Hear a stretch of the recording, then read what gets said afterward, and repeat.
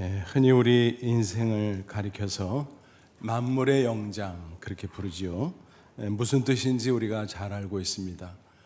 피조물 가운데 유일하게 하나님의 형상을 닮은 존재, 더불어 만물을 다스리는 권세를 하나님으로부터 부여받은 존재라는 뜻입니다. 따라서 다른 피조물들이 감히 넘볼 수 없는 아주 특별하고 중요한 능력을 가지고 있습니다. 그 대표적인 것이 무엇인가요? 생각하는 능력. 그래서 인간을 가리켜서 생각하는 존재, 라틴어로 호모 사피언스 그렇게 부르지요. 또 생각을 언어로 표현할 수 있는 능력을 가지고 있습니다. 그래서 인간을 가리켜서 언어적 존재, 호모 로퀸스 그렇게 부르는 것입니다. 우리 인간에게 언어 생활은 아주 중요합니다. 인간의 삶 가운데 대부분이 언어로 이루어진다 해도 과언이 아닙니다. 실제로 언어 심리학자들에 의하면 인생의 약 3분의 2가 언어 생활이다 라고 합니다. 여러분 생각해 보세요. 공부할 때 뭐로 하죠? 언어로 합니다. 음성 언어든 문자 언어든 언어로 합니다. 또 사업을 할 때 뭐로 하죠? 언어로 합니다. 또 이런저런 일들 할 때 뭐로 하죠? 언어로 합니다. 그러니까 100% 언어는 아니지만 인생의 상당 부분이 진짜 언어로 이루어지네 하는 것을 알 수 있습니다. 따라서 우리는 이렇게 말할 수 있습니다. 언어 생활에서 승리하면 인생에서 승리할 수 있고, 언어 생활에서 실패한다면 인생에서도 실패할 수밖에 없다라는 것입니다. 오늘 본문도 언어 생활의 중요성을 강조하고 있습니다. 아울러서 어떻게 하면 올바른 언어 생활을 할 수 있을 것인가를 제시해주고 있습니다. 아무쪼록 오늘 말씀을 통해 그리스도인으로서 올바른 언어 생활의 중요성을 재확인하고 지혜로운 언어 생활로서 복된 인생 살아가는 저와 여러분 되시기를 주님의 이름으로 축원합니다. 먼저 본문 2절을 보시죠. 사람은 입의 열매로 인하여 복록을 누리거니와 마음이 괴사한 자는 강포를 당하느니라. 그래서 복록이라는 단어가 있어요. 요즘 잘 안 쓰는 단어인데 무슨 뜻일까? 영어 성경 번역을 참조하면 쉽게 알 수 있습니다. Good things, 좋은 일들. 그러니까 뭐예요? 다른 말로 하면 축복이죠. 그래서 이 구절에서는 언어 생활을 씨앗을 심고 열매를 거두는 것으로 비유해서 설명하고 있습니다. 언어가 씨앗이다. 그래서 그 언어에 따라서 결과가 이루어지는데 그게 열매다라는 것입니다. 그래서 선한 사람은 선한 마음으로 선한 말을 하고 또 축복의 열매를 거둘 수 있다는 것입니다. 반면에 마음이 괴사한 자, 괴사하다는 사악하다는 거지요. 마음이 사악하면 악한 언행이 나오고 결국 그것으로 실패하고 만다라고 하는 것입니다. 그러니까 심은 대로 거두네, 농사의 법칙과 같으네 맞습니다. 그래서 선한 말을 함으로써 하나님을 기쁘시게 하고 축복의 결과를 얻어야 할 것입니다. 그게 바로 그리스도인의 올바른 언어 생활이다라고 하는 것입니다. 비슷한 말씀이 어디에 나오는가 하면 잠언 18장 20절 21절에 나옵니다. 사람은 입에서 나오는 열매로 말미암아 배부르게 되나니 곧 그의 입술에서 나는 것으로 말미암아 만족하게 되느니라. 죽고 사는 것이 혀의 힘에 달렸나니 혀를 쓰기 좋아하는 자는 혀의 열매를 먹으리라. 그러니까 사람의 생사화복이 말에 달려 있다라는 것입니다. 그래서 선한 마음을 가진 사람은 선한 말을 해서 축복의 열매를 거두어서 행복해질 수 있고, 반대로 악한 마음으로 악한 말을 내보내는 사람은 그로 인해서 나쁜 열매, 즉 저주를 얻을 수밖에 없다는 것입니다. 그러니까 말이라고 하는 게 이렇게 중요해? 그렇습니다. 축복과 저주를 갈라놓습니다. 행복과 불행을 갈라놓습니다. 그러므로 우리는 이 말의 중요성을 꼭 기억할 수 있기를 바랍니다. 우리 속담에도 그런 말이 있잖아요. 말이 뭐가 된다고요? 씨가 된다. 그러니까 말은 씨앗이라는 거예요. 그래서 그대로 열매가 맺어진다는 것입니다. 그렇습니다. 좋은 씨앗을 심어야 좋은 열매가 맺어지듯 좋은 말을 해야 좋은 인생을 거둘 수가 있습니다. 따라서 우리는 좋은 말을 구사할 줄 알아야 됩니다. 그러면 어떻게 하면 좋을까요? 가장 좋은 말이 뭔가 하는 것을 먼저 알면 힌트를 얻을 수 있을 것입니다. 여러분, 가장 좋은 말이 뭐지요? 하나님의 말씀이죠. 그보다 더 좋은 게 뭐가 있겠어요? 그러므로 하나님의 말씀을 잘 듣고 묵상함으로써 그 말씀으로 우리가 충만해져야 됩니다. 그럴 때 그 말씀이 우리의 마음을 선하게 정화시켜 줍니다. 그러면 선한 마음이 될 거 아닙니까? 그러면 거기서 좋은 말이 나올 수 있다는 것입니다. 1절 보세요. 지혜로운 아들은 아비의 훈계를 들으나 거만한 자는 꾸지람을 즐겨 듣지 아니하느니라. 여기서 아비의 훈계는 곧 하나님의 말씀을 가리키는 것입니다. 그렇죠? 이스라엘 사회에서 특별히 솔로몬의 잠언 아닙니까? 아버지, 어머니는 자식에게 자기의 생각대로가 아니라 하나님의 말씀으로 가르칩니다. 그러므로 지혜로운 아들은 부모님의 훈계, 즉 하나님의 말씀을 잘 받아들인다. 그러니까 마음이 정화돼서 선한 마음, 그러니까 좋은 말, 그래서 승리한다라는 것입니다. 그런데 거만한 자, 교만해서 부모님도 무시해. 그래서 부모님이 전해주는 하나님의 말씀을 무시하고 거부하고, 그러면 어떻게 됩니까? 잘못되는 거죠. 악한 마음, 악한 말, 결국 인생을 그르치게 된다라는 것입니다.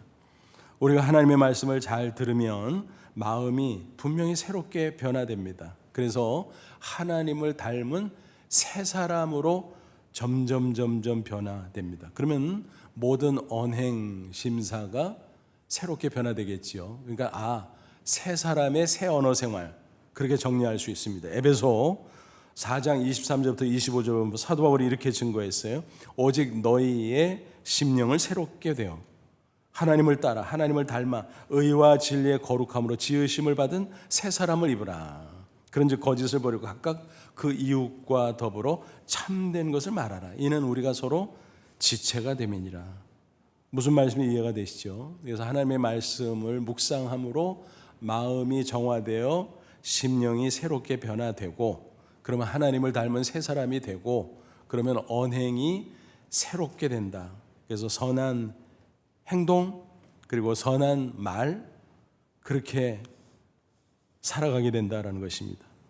그래서 그렇구나, 신앙생활이라는 건 그거구나. 말씀 안에서 선한 마음으로 바뀌고 새 사람으로 바뀌고, 그래서 언어도 새 언어로, 축복의 언어로, 좋은 언어로 바뀌는 거구나 하는 것을 우리가 알 수가 있습니다. 그러므로 암쪼록 좋은 말, 즉 축복의 언어를 잘 구사함으로 하나님을 기쁘시게 해드리고 하나님의 축복하심을 풍성하게 경험하시기를 주님의 이름으로 축원합니다. 그리고 구체적으로 축복의 언어에는 어떤 것들이 있을까? 대표적인 몇 가지를 살펴보지요. 여러 가지가 있습니다만 대표적으로 긍정의 말, 감사의 말, 칭찬의 말, 그리고 생명의 말, 이런 것들을 꼽을 수 있을 것 같습니다. 첫째, 우리는 축복의 언어로서 긍정의 말을 해야 합니다. 인간은 본래 죄인이기 때문에 긍정적인 마음보다 부정적인 마음을 가지기가 쉬워요. 심리학자들에 의하면 사람이 하루에 5만 내지 6만 가지 생각을 스치는 가운데 가진다는 거예요. 근데 그 중에서 무려 75%가 부정적인 생각이라는 것입니다. 그러니까 부정적인 마음, 부정적인 말, 그렇게 나올 수밖에 없겠죠. 예를 들면 이런 거죠. 안 된다, 큰일 났다, 죽겠다, 끝장이다, 다 틀렸어, 못 살겠어, 이런 것들이죠. 그럼 어때요? 그 말대로 실패의 삶이 될 수밖에 없다는 것입니다. 그런데 하나님을 믿는 신앙이 생기면 어때요? 마음이 새로워지면서 긍정적인 마음이 될 수 있습니다. 하나님의 말씀을 우리가 듣는 가운데 그런 놀라운 일들이 벌어지죠. 여러분, 성경 보세요. 하나님의 말씀은 항상 긍정적이에요. 우리가 죄인이지만 의인이 된다. 우리가 멸망할 수밖에 없었지만 구원받고 영생 얻는다. 우리가 고난 가운데 큰일 날 뻔했지만 우리는 승리한다. 이렇게 긍정적인 말씀이 쭉 나와요. 그러므로 하나님을 믿고 긍정적인 하나님의 말씀을 듣고, 그러면 긍정적인 마음이 되고 긍정적인 말을 하게 된다라는 것입니다. 예를 들면 할 수 있다, 된다, 괜찮다, 다시 해보자, 잘 될 거야, 이런 등등의 말이지요. 이런 말을 하면 나 자신도 모르게 용기가 솟구치고 또 하나님이 기뻐하시고 축복해 주신다는 사실입니다. 성경을 보면 훌륭한 신앙 선배들을 보세요. 한결같이 믿음의 사람이 분명하다면 긍정의 말을 구사했구나 하는 것을 우리가 확인할 수가 있어요. 다윗의 예를 또 들어보죠. 그는 소년 시절 형들이 군대 가서 참전 중인데 아버지 신분으로 면회를 갔다 그랬잖아요. 근데 마침 딱 타이밍을 기가 막히게 맞춰가요. 하나님의 섭리였겠죠. 블레셋 진영에서 골리앗 장군이 나와서 결투를 하자고 촉구하는 것입니다. 이스라엘 군인 가운데 한 명 나와라. 그래서 맞붙자. 그래서 지는 쪽에서 항복하면 전쟁 끝이다. 얼마나 좋냐. 정말 좋은 제안이라고 생각이 되기는 했지만 문제는 벌벌 떨면서 이스라엘 군인들이 서로 눈치만 보고 나서지를 못하는 가운데 있었습니다. 그 광경을 목격한 다윗은 너무너무 화가 났어요. 살아계신 만군의 여호와 전능자 하나님을 믿는 이스라엘 중에 나설 자가 없어? 한 명도? 세상에 이럴 수가 있어?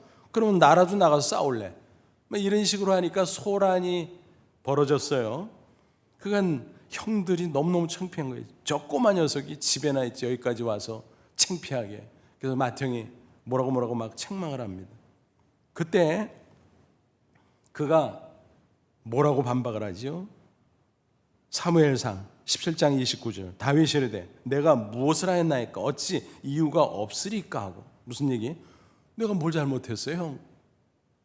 왜 그래요? 내가 할 말 했는데. 이 소리요. 어찌 이유가 없으리까. 영어 성경은 내가 말도 못해요? 그런 말도? 아니 믿음의 사람이 긍정의 말하고 승리할 수 있다고 했는데 내가 못할 말 했소? 이런 식이죠. 결국 어떻게 됐습니까? 사울의 허락을 받고 나가서 골리앗과 결투하는데 단방으로 무찔렀습니다. 그러니까 그의 말대로 그대로 승리의 결과를 얻을 수 있었다라고 하는 사실입니다. 그러니까 저와 여러분도 상황에 갇히지 말고 전능하신 하나님을 바라봄으로 꼭 긍정의 말을 할 수 있기를 바랍니다. 그래서 그 말대로 하나님이 축복해 주심을 경험하시기를 축원합니다. 둘째, 우리는 축복의 언어로서 감사의 말을 해야 합니다. 대개 사람들은 조금만 어려운 일을 당해도 쉬이 불평하고 원망하죠.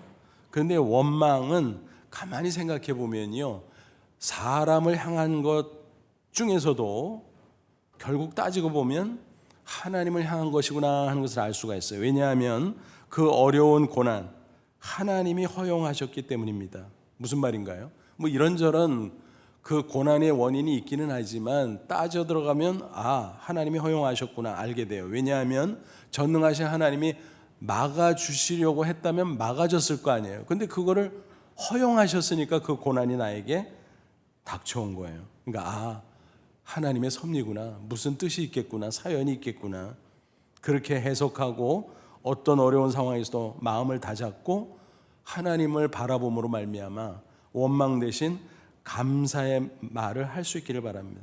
그럼 하나님께서 그걸 보고 기뻐하세요. 그리고 크게 축복하십니다. 욥을 보세요. 그가 얼마나 무지막지한 시련을 만났습니까? 그는 동방의 의인이었잖아요. 신앙생활 참 잘했어요. 또 얼마나 다복했는지 몰라요. 자식이 10명, 또 재산이 어마어마해. 그죠? 근데 어느 날 재난으로 말미암아 자식 10명이 한꺼번에 죽고 또 그 많던 재산 다 잃어버리고 게다가 자기 몸에는 병까지 없고 세상에. 그런데 그가 원망하지 않았어요. 어떻게 그럴 수 있었을까? 오히려 찬송했어요. 감사했어요. 욥기 1장 21절 22절 보면 이르되 내가 모태에서 알몸으로 나왔사온즉 또한 알몸이 그리로 돌아가올지라 주신 이도 여호와시오 거두신 이도 여호와시오니 여호와 이름이 찬송을 받으실지니이다 하고 이 모든 일에 욥이 범죄하지 아니하고, 이거 원망하지 않았다는 거예요. 하나님을 향하여 원망하지 아니하니라. 원망의 말을 하지 않은 욥 대신에 찬송하고 감사의 말을 했던 욥을 여기서 엿볼 수가 있죠. 근데 성경을 읽을 때요, 때로는 행간의 내용을 우리가 파악할 필요가 있어요. 여러분, 욥은 우리와 똑같은 보통 인간이에요. 그죠? 그가 뭐 쇠붙이로 만든 로봇입니까? 철인입니까? 아니잖아요. 우리와 똑같아요. 그러니까 그런 극한 고난을 당한 욥은 아마 마음이 막 얼마나 흔들렸을까 한번 상상해 보세요. 마음이 흔들리면서 막 마음속에서 낙심이 되고 체념이 되고 막 원망불평이 막 나오려고 막 하는데 욥은 하나님을 바라봤습니다. 그리고 하나님의 말씀을 묵상했습니다. 그러면서 이 마음을 정화시킨 거예요. 그 모든 부정적인 거, 또 원망, 불평 이거를 무찔렀다라고 하는 것입니다. 그러면서 하나님 말씀 안에서 그 상황을 해석을 한 거예요. 아, 내가 그동안 부자였고 자식도 많고 다복했는데 따지고 보면 내가 벌거벗고 이 세상에 태어났으니까 그거 다 하나님이 나한테 주셨던 거 아니냐. 그리고 결국 마지막 세상 떠날 때는 또 벌거벗고 돌아갈 거 아니냐. 그러니까 주신 하나님께서 주권적으로 걷어가셨는데 내가 뭐라고 하겠나. 하나님의 주권적 섭리이니 내가 그저 하나님을 여전히 찬송할 수밖에, 또 하나님께서 섭리할 것을 바라보며 감사할 수밖에, 그런 것입니다. 여러분, 그런 욥의 모습을 내려다보시고 그 고백을 들으신 하나님께서 얼마나 기뻐하셨을까요? 그죠? 결국 하나님께서 그에게 갑절의 축복을 주셨습니다. 당연히 신앙을 정금같이 굳세게 해 주셨습니다. 그러니까 극한 고난을 통해서 그의 신앙도 좋아졌고 갑절의 축복도 받았고, 그런데 그 배경 속에 바로 원망의 말 대신 감사의 말을 했다라고 하는 놀라운 사실을 우리가 알 수 있습니다. 그렇습니다.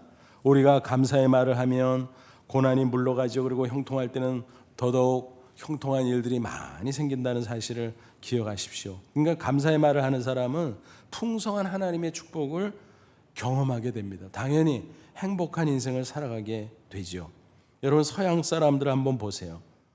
뭐 우리가 뭐 배워서는 안 될 것도 있지만 배울 것도 있잖아요. 특별히 지금은 신앙이 약화되긴 했지만 그들은 기독교 문화의 유산을 가지고 있잖아요.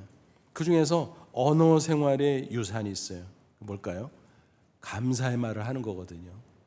그냥 별것도 아닌데 감사하대. 그죠? 하나님 앞에 감사, 또 사람 앞에 감사. 그냥 땡큐가 입에 붙어 있어요. 어떤 때는 뭐 너무 흔한 거 아니야 그런 생각을 할 때도 있지만, 근데 감사의 말을 하는 것은 너무 좋은 거니까 우리가 장점으로 평가할 수 있고, 또 감사의 말을 하는 것에 대해서 우리가 배울 바가 있다라고 하는 것입니다. 그러면 감사할 일이 점점 많아진다는 사실입니다. 기도할 때도 마찬가지예요.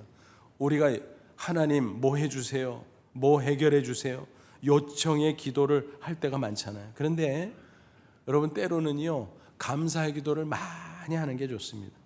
하나님의 영광과 능력을 찬양하고, 또 하나님이 베풀어 주신 은혜를 기억하고 감사하고, 또 고난 가운데 있을지라도 하나님의 섭리를 기억하며 하나님이 해주실 것을 기대하며 감사하고, 그럴 때 갈수록 풍성해진 하나님의 축복을 경험할 수 있을 것입니다. 아무쪼록 감사의 말을 사람에게 하고 하나님에게 함으로 점점 하나님의 풍성한 축복 속에 들어가는 저와 여러분 되시기를 축원합니다.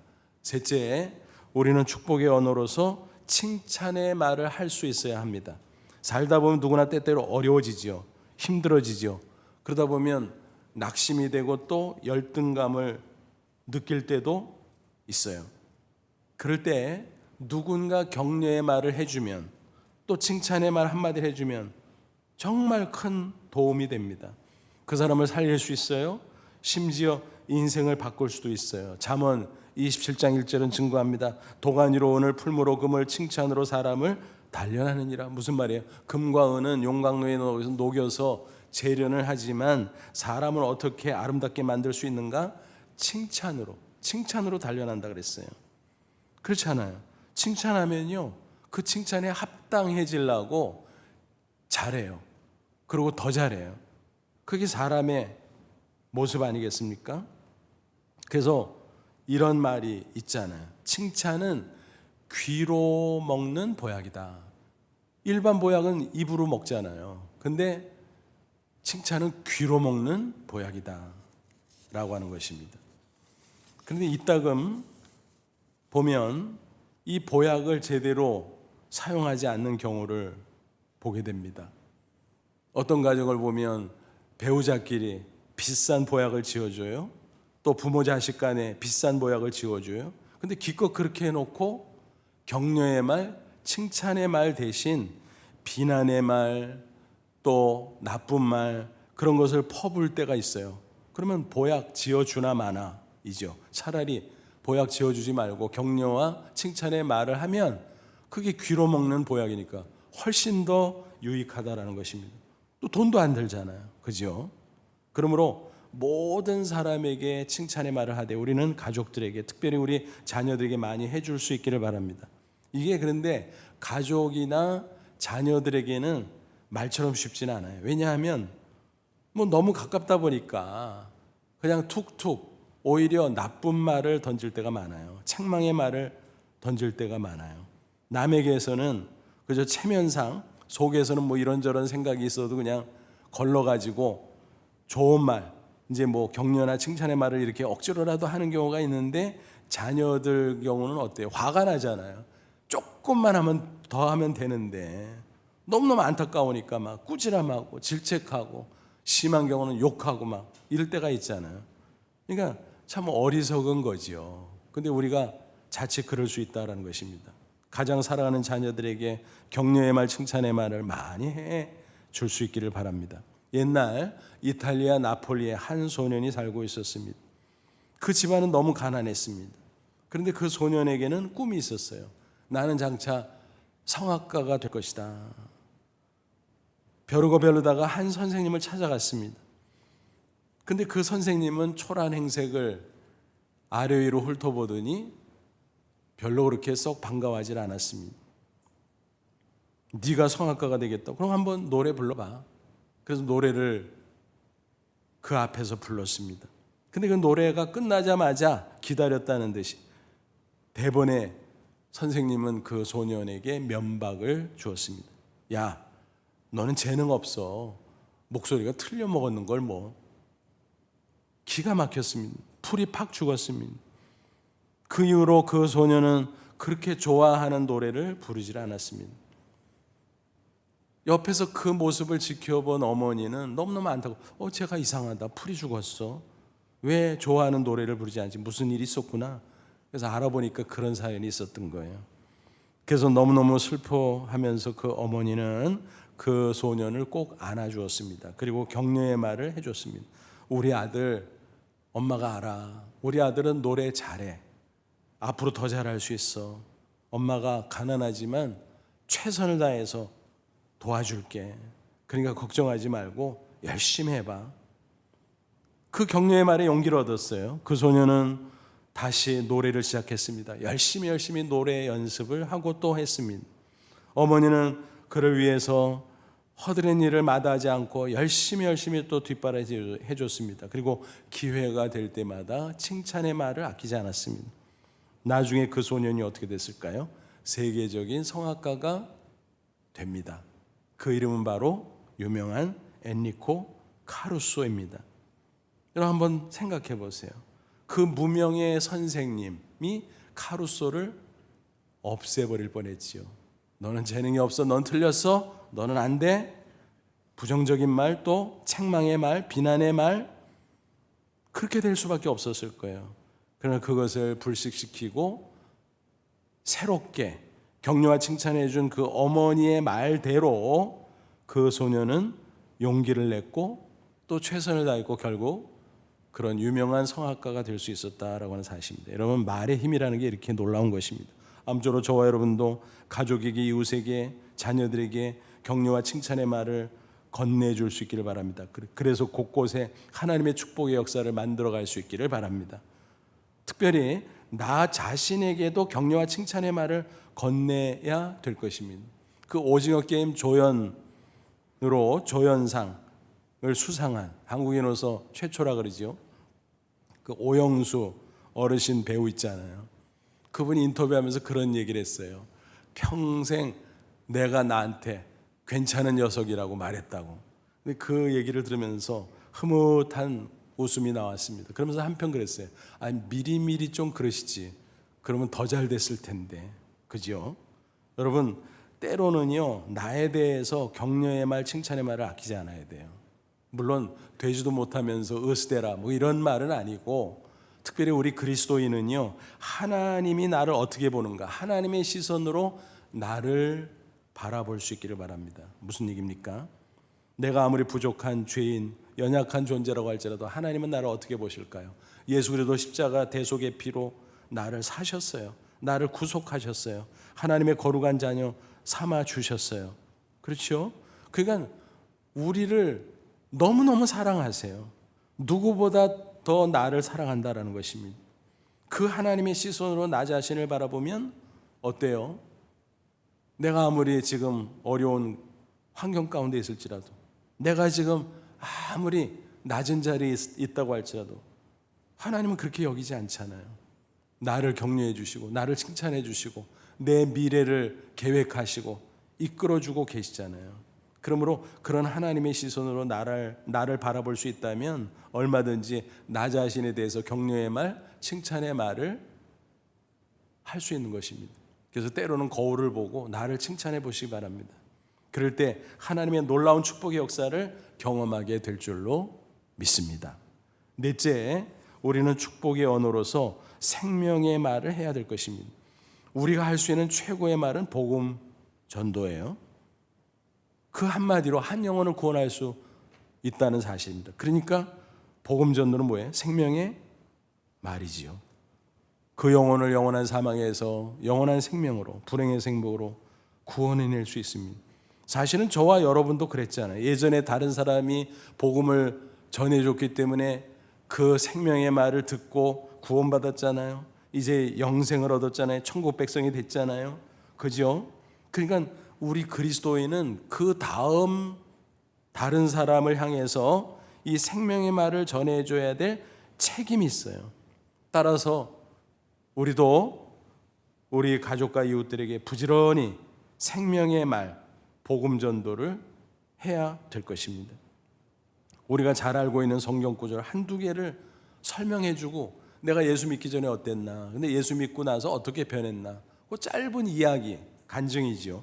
그것만 소개해줘도요, 충분히 우리가 생명의 말을 할 수가 있는 것입니다. 예를 들면 뭐 이런 구절들 모르시는 분이 어디 있어요? 교회 나오는 분들 중에서 요한복음 3장 16절, 하나님이 세상을 이처럼 사랑하사 독생자를 줬으니 이는 그를 믿는 자마다 멸망치 않고 영생을 얻게 하려 함이라. 다 알잖아요. 그거 설명해주고, 또 예수 믿기 전, 예수 믿은 후 달라진 거 얘기해주고, 사도행전 16장 31절, 빌립보 감옥에서 간수가 탈옥했는 줄 알고 죄수들이 자결하려고 할 때 바울이 죽지 마라고 만류하면서, 그러니까 깜짝 놀라가지고 선생님 어떻게 구원받습니까? 그럴 때 바울이 뭐라고 말씀했어요? 사도행전 16장 31절, 주 예수를 믿으라 그러면 너와 내 집이 구원을 얻으리라. 그거 설명해 주면서 다 알잖아요. 또 짧은 간증해 주면 그럼 얼마든지 복음 전도가 되고 그것이 생명의 말을 하는 것입니다. 그 한마디로 한 영혼을 구원하고 그 인생을 바꿀 수도 있어요. 더 나아가 이 세상을 아름답게 변화시킬 수도 있어요. 그 사실을 꼭 기억하시기를 바랍니다. 그 외에도 좋은 말들을 찾아서 구사하면 좋습니다. 뭐 지혜의 말, 또 존중의 말, 사랑의 말, 평안의 말, 뭐 등등, 뭐 얼마든지 좋은 말들을 찾을 수 있겠지요. 그럴 때 하나님 기뻐하시고 하나님이 축복하실 것입니다. 이런 말들이 바로 축복의 언어다라는 것입니다. 그런데 성경은요, 이와 같은 축복의 언어를 강조하면서도 동시에 중요한 한 가지를 또 강조하고 있습니다. 뭐냐 하면 언어의 절제예요. 다른 말로 하면 언어의 경제성, 그것을 강조합니다. 그래서 이것을 연비로 비유해서 설명을 해보죠. 우리가 자동차에 연료를 넣잖아요. 그리고 달릴 때 1리터당 몇 킬로미터 달리나, 그게 연비잖아요. 그래서 같은 값이면 연비가 좋은 자동차를 찾으려고 하잖아요. 연비를 따지는 거죠. 근데 언어의 효율성도 있다. 그걸 언비라고 표현할 수가 있습니다. 그래서 영어로 말하면 연비는 fuel efficiency, 그리고 언비는 language efficiency. 그러니까 똑같은 말을 하면서 얼마나 효율적으로 할 것인가, 좋은 결과를 낳을 것인가 하는 거지요. 그래서 좀 이렇게 말을 무조건 많이 하는 게 아니라 정말 지혜롭고 좋은 말을 잘 선별해서 딱 해줄 때 언어의 연비가 좋은 거죠. 사람이 말을 많이 하다 보면 자칫 실수가 나올 수 있어요. 또 때로는 좋은 말보다 좋지 않은 말들을 할 수가 있어요. 그래서 성경은 말을 너무 많이 하지 말라, 그렇게 권면합니다. 오늘 본문 3절에도 있어요. 그 말씀이 보십시오.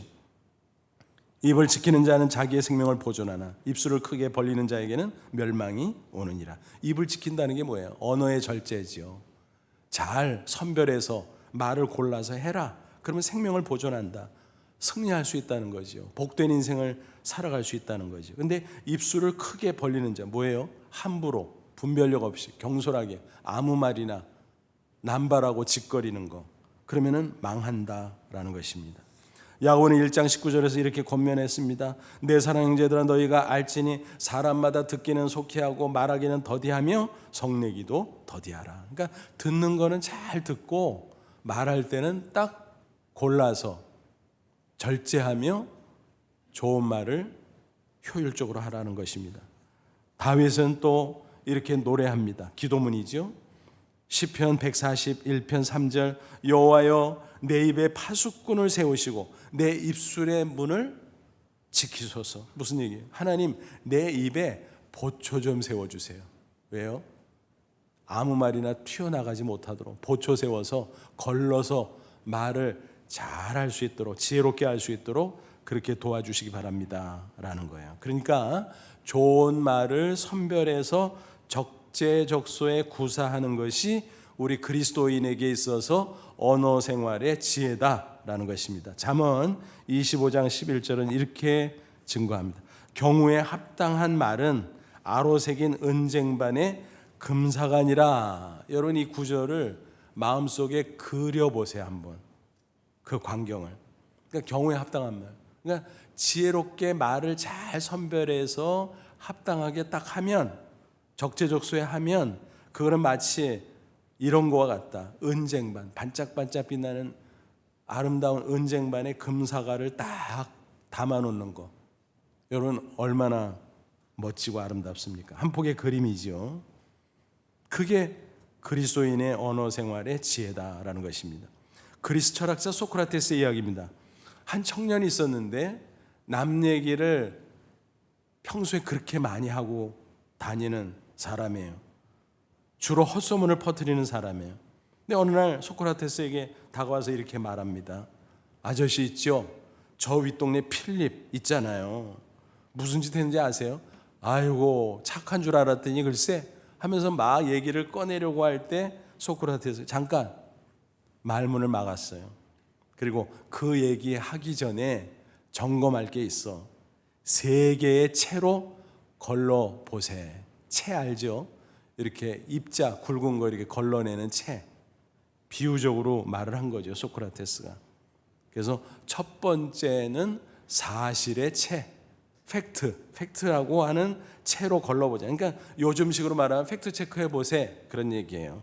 그 얘기가 사실이라는 확실한 증거 있어? 확실해? 그렇게 물으니까 그 청년은 머뭇거리면 사실은 주워들었어요. 근데 왜 얘기해? 두 번째, 선의 채. 그러니까 좋은 거냐 이거죠. 그 얘기 좋은 내용이야? 아니 뭐 좋은 건 아닌데요. 그런데 왜 얘기해? 세 번째, 필수의 채. 뭐예요? 필수적인 거냐 이거죠. 그 얘기 꼭 해야만 되겠어? 그러자 말문이 딱 막힌 그 청년은 선뜻 대답하지도 못하고 뺑소니를 쳤다는 이야기입니다. 무슨 말인지 이해가 되시죠? 언어의 절제에 관한 지혜로운 교훈인 것입니다. 오늘 우리도 마찬가지입니다. 그리스도인은 특별히 이 언어 생활을 더 잘해야 됩니다. 그래서 절도 있게 지혜로운 말을 합당하게 잘 구사할 줄 알아야 돼요. 요즘에 얼마나 가짜 뉴스들이 많은지 몰라요. 유튜브나 인터넷이나 또 그거를 또 근거도 없이 팩트 체크도 안 하고 그냥 카톡으로 막 퍼날르고, 그래서 막 공해요, 공해. 그래서 주로 이런 주제에 관한 게 많이 있죠. 뭐 다방면이지만 특별히 코로나에 관한 거, 또 선거가 가까워지니까 뭐 정치에 관한 거, 또 늘 그렇습니다만 이단 사이비의 신앙 이상한 것들, 뭐 이런 것들이 막 곳곳에 있어요, 곳곳에. 근데 그걸 볼 수 있지. 어떤 경우는 뭐 유튜브 이렇게 열면 저절로 이렇게 떠오르는 경우가 있잖아요. 근데 그거를 이상하면 보지 말고, 혹시 보더라도 우리가 판단할 수 있잖아요. 그래도 신앙생활하는 사람이 하나님 믿는 사람이니까. 그리고 이게 확실히 근거가 있나 그걸 판단해서, 근거가 없으면 그냥 그러려니 그러고 지나가야 됩니다, 우리 그리스도인은. 그리고 내가 혹시 거기서 뭐 얻을 게 있다면 얻고 그쳐야지, 근거가 없는 거를 쓸데없이 퍼나르다 혹시 다른 사람에게 나쁜 영향이 끼쳐진다면 그 책임을 누가 지겠습니까? 내가 져야지. 그러니까 함부로 그렇게 해서는 안 된다라고 하는 것입니다. 안타깝게도 세상 사람들은 뭐 말할 것도 없고 교인들 중에서도 그런 경우가 꽤나 된다라는 것입니다. 그래서 한 번은 인터넷을 이렇게 검색하다 보니까 어떤 사람이 기독교를 비난하느라고 쓴 글이기는 한데, 뭐라고 그랬냐면 기독교가 카톡교다. 그래서 카톡으로 막 계속 그런 거 막 퍼나른다고 막 기분 나쁘다 이거예요. 카톡이 얼마나 좋은 거예요. 우리가 삶과 신앙을 나누는 것으로 쓰면 진짜 우리 기독교가 카톡교로 좋은 거지요. 근데 만약 이렇게 근거 없는 것들을 쓸데없이 퍼날라 가지고 혹시 다른 사람에게 나쁜 영향을 끼치고 그것이 나중에 나에게 나쁜 영향으로 닥친다면 그것은 정말 나쁜 거죠. 지혜롭지 못한 거죠.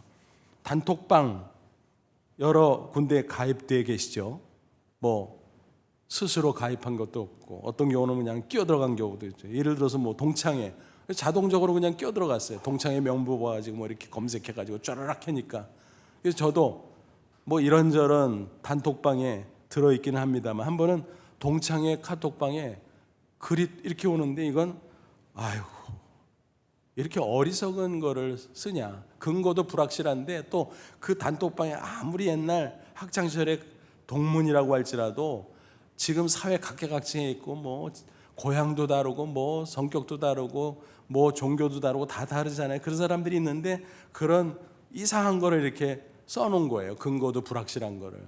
그러니까 저부터 불쾌하더라고. 근데 나갈라 그러다가 그래도 동창회 단톡방인데 하고 그냥 꾹 참고 있는데 보니까는 뜨는 거예요. 아무개가 나갔습니다. 아무개가 나갔습니다. 그래서 아무개가 화났구만. 아무개가 화났구만. 그리고 혼자 웃었습니다. 여러분, 제가 이런 경우를 알게 됐어요. 유튜브를 이렇게 검색하다가 코로나에 관한 거 뭐 관심이 많잖아요. 저도 조심해야 되고 또 교회도 어쨌든 잘 이렇게 보호하고 관리해야 되니까. 근데 뭐 이런저런 게 많이 있으니까 이 진위 분간하는 게 참 어려워요. 왜냐하면 상당한 지위, 상당한 전문가 뭐 이런 분들도 뭐 서로 말이 엇갈리니까. 근데 코로나 백신 그거에 대해서 너무 부정적으로 얘기하고, 물론 뭐 부작용 있는 거를 조심은 해야 되겠지만, 그리고 코로나 바이러스가 별것도 아니다, 뭐 감기 수준 될까 말까다, 뭐 이런 식으로 막 그렇게 막 강의를 한 유튜브를 한번 본 적이 있었어요. 그리고 그거 관련된 또 다른 종류의 이런 분들. 근데 그 몇 분이요 너무너무 건강하셨던 분이고 아주 고령도 아닌데 코로나에 걸려서 중증 환자로 고통받으시다가 돌아가신 거예요. 그래서 제가 얼마나 쇼크를 받은지 몰라요. 야, 이럴 수도 있구나. 근데 그 당사자들이 그렇게 되신 것도 너무너무 안타깝고 슬펐는데 두려운 마음이 생겼어요. 혹시 이런 자료들을 보고 그 나쁜 영향을 받아서 코로나 우습게 보다가 코로나에 걸려서 고생한 분은 없었을까? 여러분, 그렇잖아요. 그러니까 대개 자기가 안 걸렸다고 쉽게 생각하고 우습게 생각하고 그냥 확실치도 않은 거 가지고 막 무슨 확신하는 것처럼 그렇게 막 그런 경우가 없지 않다라는 것입니다. 그래서 우리가 그런데 엮여서도 안 되고 또 우리가 그런 거를 분별력 있게 판단해 그걸 쓸데없이 확신도 없이 막 여기저기 퍼나르고 그런 것도 안 된다라는 말씀을 꼭 드립니다. 그래서 말로 하는 거거든 글로 뭐 전하는 거든 어쨌든 우리가 꼭 소크라테스가 말했던 세계체를 통해서 거르는 언어의 절제미를 발휘할 수 있기를 바랍니다. 미국 미시간 대학의 최장수 총장을 지낸 분입니다. 그의 이름은 제임스 엔젤. 무려 38년 동안 재직을 했다고 합니다. 옛날이지만 대단하죠. 은퇴할 때 한 기자가 다가가서 질문했어요. 총장님, 어떻게 그렇게 오랜 세월 재직할 수 있었습니까? 비결 좀 가르쳐 주세요. 그러자 그는 빙그레 웃으면서 이렇게 대답했다고 합니다. 나팔보다 안테나를 높이 올리고 살았지요. 무슨 뜻일까요? 듣는 거는 많이 잘 들었다는 거예요. 근데 말은 절제하면서 했다는 겁니다. 야고보 1장 19절 말씀 그대로요. 사람마다 듣기는 속히 하고 말하기는 더디하라. 아까 말씀드렸잖아요. 야고보 3장 2절은 또 이 말씀이 있어요. 우리가 다 실수가 많으니 만일 말에 실수가 없는 사람은 곧 온전한 사람이라 능히 온몸도 굴레 씌우리라. 그러니까 말을 하다 보면 실수하기 쉬운데 말을 잘 절제해서 실수하지 않으면 그 사람은 온전한 사람, 성숙한 그리스도인이라는 거예요. 그러니까 그 제임스 엔젤 총장은 그 성공의 비결이 언어의 절제였구나 하는 것을 알 수 있습니다. 여러분, 우리 그리스도인은 말을 잘하는 사람이 되어야 돼요. 성경 그렇게 강조하고 있습니다. 그러면 말을 잘하는 게 뭘까요? 유창하게 달변으로 하는 겁니까? 그게 아니죠. 좋은 말을 지혜롭고 절도 있게 하라는 것입니다. 말은 씨앗과 같다 그랬어요. 좋은 씨를 심으면 좋은 열매를 맺습니다. 나쁜 씨앗이면 나쁜 열매를 맺게 됩니다. 우리가 진정 하나님의 축복 가운데 살기를 원한다면 좋은 말, 즉 축복의 언어를 구사하며 살아야 될 것입니다. 아무쪼록 축복의 언어인 긍정의 말, 감사의 말, 칭찬의 말, 생명의 말, 지혜의 말 등등을 잘 구사함으로 하나님을 기쁘시게 하고 복된 인생 살아가시기를 주님의 이름으로 축원합니다. 기도하겠습니다. 이 말씀 붙잡고 기도하자. 하나님, 그렇습니다. 우리를 구원하시고 그리스도인으로 하나님의 자녀로 삼아주신 것 감사합니다. 이제는 말씀 안에 우리의 마음이 정화되고 하나님을 닮은 새 사람으로 새로운 언어 생활하게 하옵소서. 축복의 언어를 사용하는 사람 되기를 원합니다. 그래서 하나님의 축복을 나도 누리고 남에게도 나누는 아름다운 인생 살게 하옵소서. 다 같이 간절한 마음을 잠시 기도합니다. 하나님 아버지 은혜와 사랑을 진심으로 감사합니다. 이 시간 주의 말씀으로 우리를 격려하시고 가르쳐 주니 감사합니다. 축복의 언어를 잘 구사하는 지혜로운 그리스도인이 되길 원합니다. 그래서 나도 살고 우리 가정도 살고 우리 교회도 살고 우리 사회도 살고 이 세상을 더욱더 아름답게 변화시키는 아름다운 사람들이 될 수 있도록 역사해 주시옵소서. 예수님의 이름으로 기도하옵나이다. 아멘.